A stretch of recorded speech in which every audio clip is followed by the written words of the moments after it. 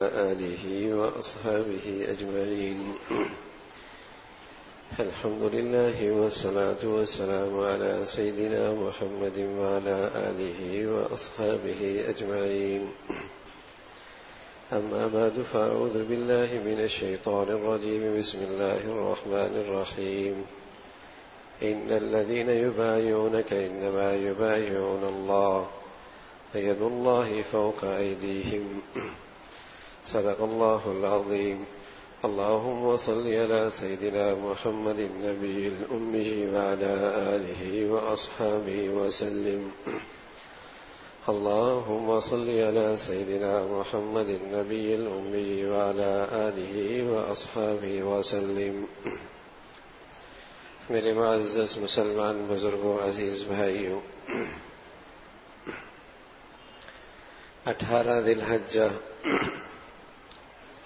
امام مظلوم حضرت عثمان رضی اللہ تعالی عنہ کی شہادت کا دن ہے۔ ذی الحجہ کی 18 تاریخ مدینہ النبی صلی اللہ علیہ وسلم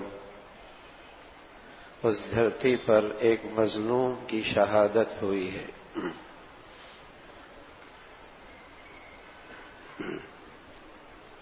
اللہ کے نبی کی اس پاکیزہ جماعت کی تربیت نبی کی صحبت سے کچھ ایسی ہوئی ہے کہ اس کی زندگی کے اندر بھی انسانیت کی رہنمائی ہے، اور اس کی موت اور شہادت کے اندر بھی انسانیت کی رہنمائی ہے۔ یہ ایسی مقدس جماعت ہے جس نے اللہ کی نبی کی صحبت سے وہ بھرپور فائدہ اٹھایا ہے کہ ان میں سے ہر ایک چمکتا ہوا ایسا ستارہ ہے جو اس روشنی میں راستے پہ چلے گا، منزل تک پہنچ جائے گا۔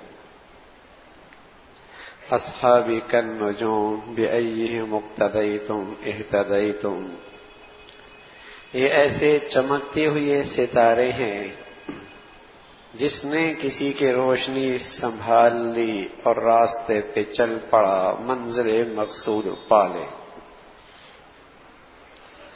اس پوری مقدس جماعت میں حضرت عثمان رضی اللہ تعالی عنہ کی شخصیت کئی پہلوؤں سے منفرد ہے، اپنی خاص شان رکھتی ہے آپ کی ذات۔ یہ وہ خوش نصیب صحابی ہیں جنہیں اللہ کے نبی نے ایک بیٹی دی۔ گویا کہ بیٹی دینا اپنی فرزندی میں لینا ہے، اپنی اولاد بنا لینا ہے۔ ایک بیٹی دی، اس کا انتقال ہوا، دوسری بیٹی پھر پیش کر دی۔ تاریخ اسلام میں 2 نکاح ایسے ہیں کہ وہ 2 نکاح زمین پہ نہیں ہوئے، عرش پہ ہوئے ہیں۔ ایک اللہ کے نبی کا نکاح حضرت زینب کے ساتھ زوجنا کہا، ہم نے آپ کا نکاح زینب سے کر دیا، یہ نکاح بھی عرش پہ ہوا۔ اور دوسرا حضرت عثمان کا دوسرا نکاح ام کلثوم کے ساتھ اللہ کے نبی نے فرمایا یہ نکاح بھی اللہ نے آسمان پہ کر دیا۔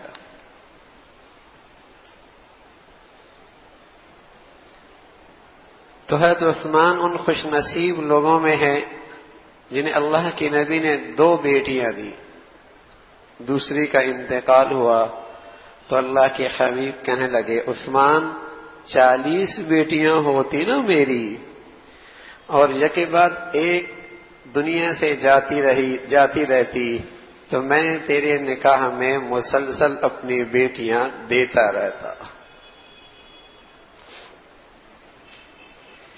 حضرت عثمان کی یہ خصوصیت تھی، اور کیوں نہ ہو، عثمان اللہ کا بھی محبوب تھا، اللہ کے رسول کا بھی محبوب تھا۔ عرب کی زمین پر بہت بڑا مالدار، کوئی مثیل نہیں، کوئی برابری نہیں دولت میں مکہ عرب کی سرزمین پر عثمان کی دولت کا کوئی برابر نہیں۔ لیکن ایسا خوش نصیب تھا یہ عثمان، اللہ کے نبی کی ایسی صحبت ملی ہے کہ اللہ کے راستے میں اور دین کی خدمت میں جتنا عثمان نے خرچ کیا ہے، تاریخ اسلام میں عثمان کے برابر کوئی اور شخص نظر نہیں آتا، پوری تاریخ اسلام۔ 1000 اونٹ ما ساد و سامان کے، 1000 اونٹ ما ساد و سامان کے، غزوہ تبوک میں 70 گھوڑے، بہت ساری نقدی اللہ کے حبیب کی خدمت میں پیش کر دی۔ اللہ کے حبیب اتنے خوش ہوئے، فرمانے لگے عثمان ما ضر ما عمل بعد اليوم، عثمان آج کے بعد کوئی عمل تجھے نقصان نہیں پہنچائے گا۔ عثمان مدینہ منورہ میں آئے، کیا دیکھتے ہیں کہ مہاجرین کو میٹھے پانی کی بڑی تکلیف ہے۔ ایک کنواں ہے بئر روما، ایک یہودی بڑا سنگ دل تھا، اس نے اسے اپنی معاش کا بہت بڑا ذریعہ بنا رکھا تھا۔ مسلمانوں کے لیے صاف پانی، میٹھا پانی دستیاب کوئی نہیں تھا، اس نے منہ مانگا، قیمت لگائی، آج عثمان نے اپنی تجوریوں کا منہ کھولا، کہا لے لے لیکن یہ کنواں دے دے، اور حضور علیہ الصلوۃ والسلام کی خدمت میں پیش کر دیا، فرمایا اسے میں نے مسلمانوں کے لیے وقف کر دیا۔ جو مدینہ مسجد نبوی ہے، حضور علیہ الصلوۃ والسلام کے زمانے میں بہت چھوٹی سی تھی، عثمان نے کچھ جگہ سب سے پہلی توسیع عثمان کے مال سے ہوئی، ایک قریب کی زمین لے کر مسجد نبوی میں پیش کر دی۔ پھر حضور کے زمانے کے اندر یہ مسجد نبوی اسی انداز میں سادہ رہی، کچے پتھر تھے، کھجور کے تنوں سے چھت تھا، ستون بھی کھجور کے تھے، اور بالکل کچی زمین تھی۔ حضرت ابو بکر رضی اللہ تعالیٰ نے اسے اسی شان میں رکھا۔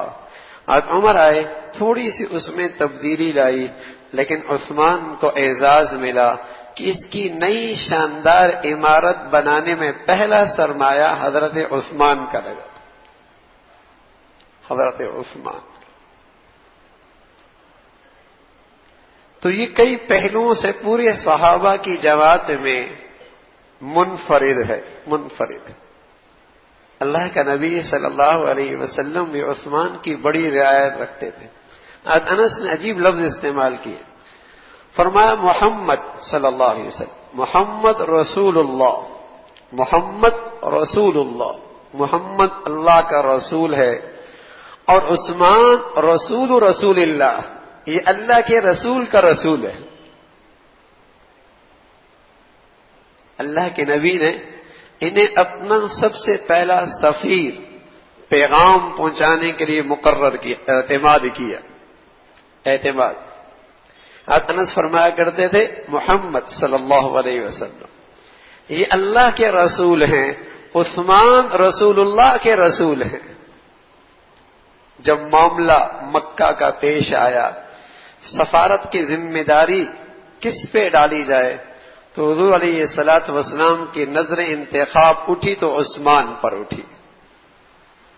حضرت عثمان رضی اللہ عنہ کو بھیجا، کہا مکہ والوں سے کہہ دو ہم جنگ کے لیے نہیں آ رہے، ہم نے صرف عمرہ کرنا ہے، امن کے ساتھ آئیں گے، امن کے ساتھ واپس چلے جائیں گے۔ عثمان رضی اللہ تعالیٰ عنہ جب وہاں گئے تو صحابہ کے دل میں یہ خیال آیا، کیا مزے ہوں گے عثمان کے، بیت اللہ کا طواف کر رہا ہوگا، تنہا بیت اللہ کے مزے لوٹ رہا ہوگا، یہ خیال آ رہا۔ ادھر عثمان ہیں، قریش کے سرداروں سے نبی کے کہنے پر ملاقاتیں کر رہے ہیں، زمین فضا ہموار کرنے کی محنت میں لگے ہیں۔ جب واپس آنے لگے تو مکہ والوں نے کہا تم طواف کر سکتے ہو، تم طواف کر سکتے ہو۔ کیا عشق تھا، کیا محبت تھی۔ کہنے لگا نانا میرا محبوب تو انتظار کرے اور میں اکیلے طواف کر لوں، یہ مجھ سے نہیں ہو سکتا۔ انہیں یہ بات بڑی کڑوی لگی، انہوں نے اسے گھیرے میں لے لیا، جانے نہیں دیں گے۔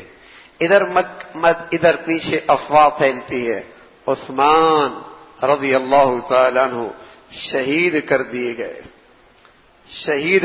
گئے۔ حضور علیہ الصلوۃ والسلام کے ساتھ کم و بیش 1400 صحابہ رضوان اللہ علیہ مجمعین، وہ بھی نہتے، اس لیے کہ عمرے کی نیت سے گھر سے نکلے تھے، جنگ کا ساز و سامان پاس کوئی نہیں تھا، صرف عمرے کی نیت سے عبادت کی غرض سے گھر سے نکلے تھے۔ لیکن یہاں ایک بڑا امتحان آن پڑا۔ حضور علیہ الصلوۃ والسلام نے فرمایا عثمان کے خون کا بدلہ لیے بغیر یہاں سے نہیں جائیں گے۔ کون ہے جو عثمان کے بدلہ لینے کے لیے میرے ہاتھ پہ بیعت کرے؟ 1400 صحابہ رضوان اللہ علیہ اجمعین۔ کیا شان ہے عثمان کی، عثمان دی شان کی کیا شان ہے کہ 1400 صحابہ آپ کی شہادت کے بدلے میں، آپ کا خون کا بدلہ لینے کے لیے اپنی جانیں پیش کر رہے ہیں، اور جب ہاتھ رکھا تو حضور علیہ الصلوۃ والسلام نے یوں ہاتھ رکھا، دوسرا ہاتھ حضور نے فرمایا ھذا ید عثمان، یہ عثمان کا ہاتھ ہے۔ عثمان کو کیا سعادت ملی ہے کہ حضور کا ہاتھ عثمان کا ہاتھ کھلایا۔ اس سے بڑھ کر پھر شان بڑی، اللہ نے کہا ید اللہ فوق ایدیہم، یہ اللہ کے نبی کا ہاتھ اللہ کے نبی کا نہیں جو عثمان کی طرف سے بیعت کے لیے اٹھا ہے، بلکہ یہ ہاتھ اللہ کا ہاتھ ہے۔ ید اللہ فوق ایدیہم، ان سب پر اللہ کا ہاتھ ہے، ان سب پر اللہ کا ہاتھ ہے۔ اور پھر جتنے لوگ اس خون کا بدلہ لینے کے لیے اپنی جان ہتھیلی پہ رکھ کر اللہ کے حبیب کے ہاتھ پر بیعت کر رہے، اللہ نے آنے والی انسانیت کو خبر دے دی کہ لقد رضی اللہ عن المؤمنین اذ یبایعونک تحت الشجرہ، ان میں سے کوئی ایک بھی ایسا نہیں کہ جو بعد میں مرتد ہو جائے، جس کے دل میں نفاق جڑ پکڑ جائے، جس کے دل کے اندر نفاق کا ذرہ آ جائے، جو راستے سے بھٹک جائے، ان میں سے کوئی ایک بھی ایسا نہیں ہے، بلکہ اللہ کی طرف سے گواہی ہے کہ میں ان سب سے راضی ہو گیا، میں ان سب سے راضی ہو گیا۔ لقد رضی اللہ عن المؤمنین اذ یبایعونک تحت الشجرہ، یہی عثمان ہے جو کابل سے لے کر مراکش تک اسلامی سلطنت کا فرما روا بنتا ہے اور مسلمانوں کا تیسرا خلیفہ بنتا ہے، کابل سے لے کر مراکش تک۔ لیکن سبحان اللہ، زندگی زہد کی، ضد کی، قناعت کی، ایک طرف عرب کا سب سے بڑا مالدار، لیکن اللہ کی دین پہ یوں خرچ کیا کہ جب یہ مسلمانوں کا خلیفہ ثالث دنیا سے جانے لگا تو پاس سوائے دو اونٹ کے گھر میں اور کوئی سامان نہیں تھا۔ اللہ اکبر، کس انداز سے اللہ کے لیے خرچ کیا۔ کابل سے لے کر مراکش تک اسلامی مسلمانوں کا سربراہ ہے، لیکن سادگی اور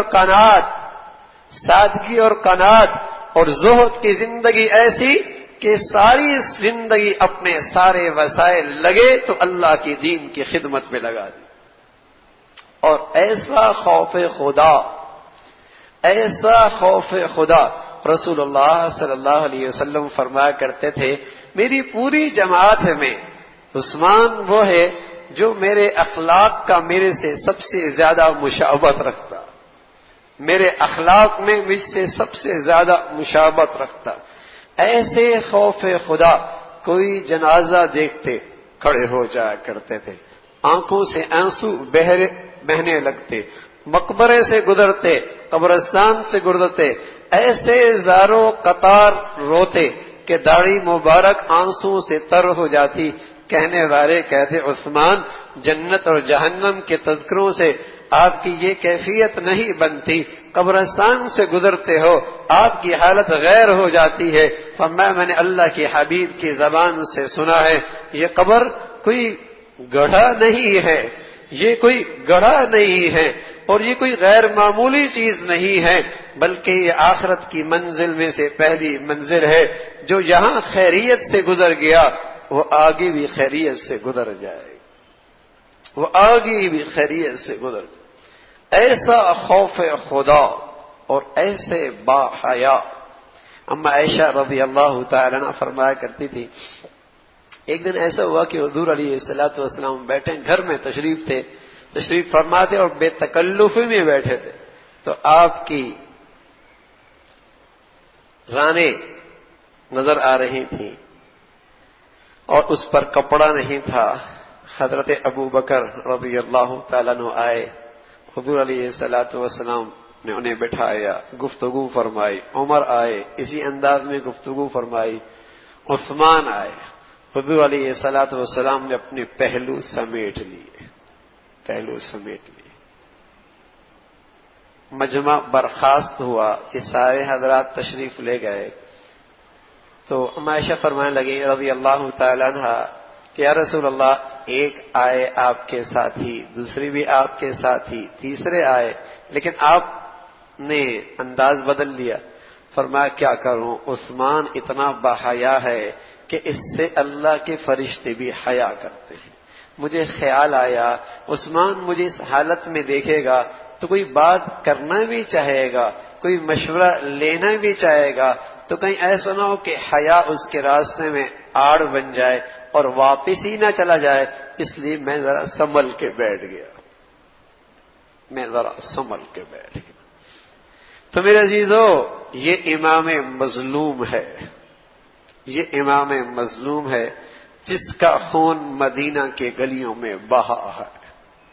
ہاں, اور ظالموں نے انہیں 40 دن تک محاصرے میں رکھا ہے اور پانی کا بوند بھی نہیں دیا,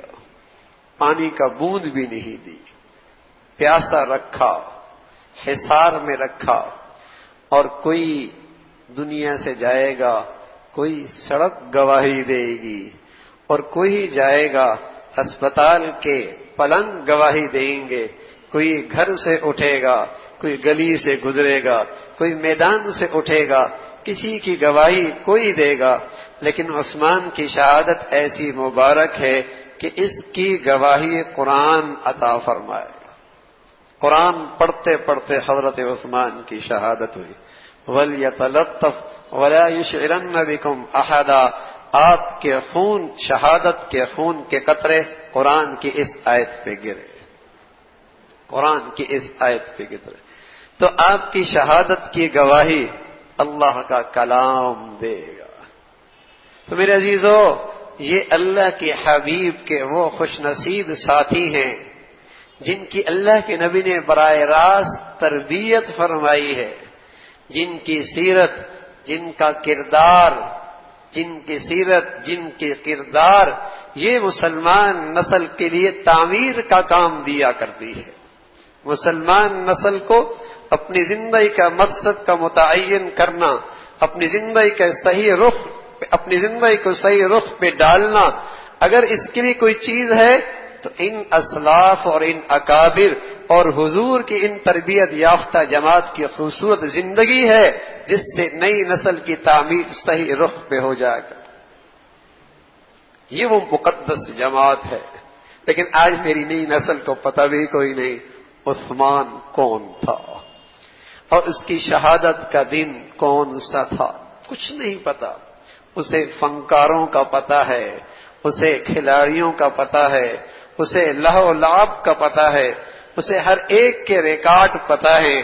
اگر میری نئی نسل اگر محروم ہے تو اپنے اسلاف کی ان بلند کرداروں کی زندگیوں سے محروم. اسے نہیں پتا کہ اس کے اسلاف کا کردار اس دھرتی پہ کتنا بلند رہا ہے.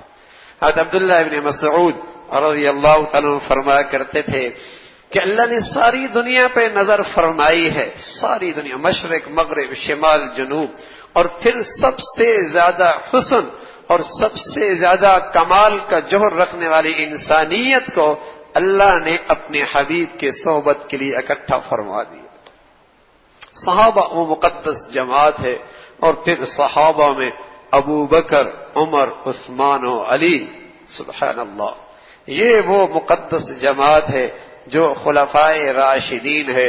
اور حضور علیہ الصلوۃ والسلام فرمایا کرتے تھے ان کے طور طریقے اپناتے چلے جاؤ، منزل پا جاؤ گے۔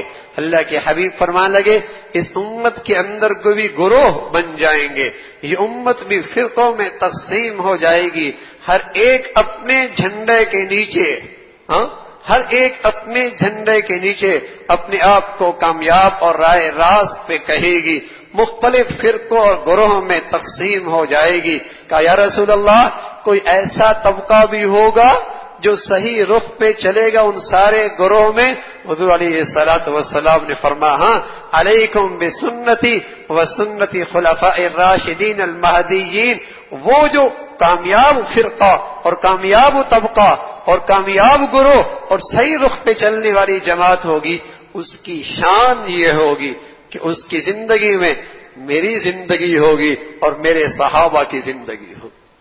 علیکم بسنتی وسنتی خلفاء الراشدین المہدیین، کہ وہ اگر میری سیرت بھی دیکھیں گے تو صحابہ کے آئینے میں دیکھیں گے، اگر وہ میرے حدیث بھی دیکھیں گے تو صحابہ کی زندگی میں دیکھیں گے، اس لیے کہ میری ساری زندگی کے بہترین گواہ یہی ہیں، اور میری ساری زندگی کا بہترین سرمایہ یہی صحابہ کی جماعت ہے۔ علیکم بسنتی وسنت خلفاء الراشدین المہدیین، یہ حق کا گروہ ہے اور یہ حق کی جماعت ہے جس کی زندگی میں میری نقل ہو اور میری صحابہ کی نقل ہو، یہی کامیاب لوگ ہیں۔ اور اللہ نے قیامت تک آنے والے مسلمانوں سے کہہ دیا والسابقون الاولون من المہاجرین والانصار والذین اتبعوہم باحسان رضی اللہ عنہم ورضوا عنہ، صرف میں سابقین کی بخشش نہیں کروں گا، صرف صحابہ کامیاب نہیں، بلکہ فرمایا والسابقون الاولون من المہاجرین والانصار، مہاجر ہوں یا انصار ہوں، وہ ایمان میں سبقت لے آنے والے ہوں، لیکن قیامت تک آنے والا جو مسلمان بھی ان کی عظمت اور محبت کے ساتھ ان کی اقتداء اور پیروی کرے گا، میں اعلان کر رہا ہوں کہ میں ان سے بھی راضی ہو گیا۔ والسابقون الاولون من المہاجرین والانصار والذین اتبعوہم باحسان رضی اللہ عنہم ورضوا عنہ، قیامت تک آنے والا مسلمان جو اس مقدس جماعت کی عظمت اور محبت دل میں رکھ کر پھر ان کی زندگی کی نقل اتارے گا، میں ان سے رضا کا اعلان کرتا ہوں۔ اللہ کرے اللہ ہمیں بھی اس مقدس جماعت کی عظمت اور محبت اور سچی پیروی نصیب فرما دے۔ وآخر دعوانا الحمد للہ رب العالمین، رب العالمین، رب العالمین، رب العالمین۔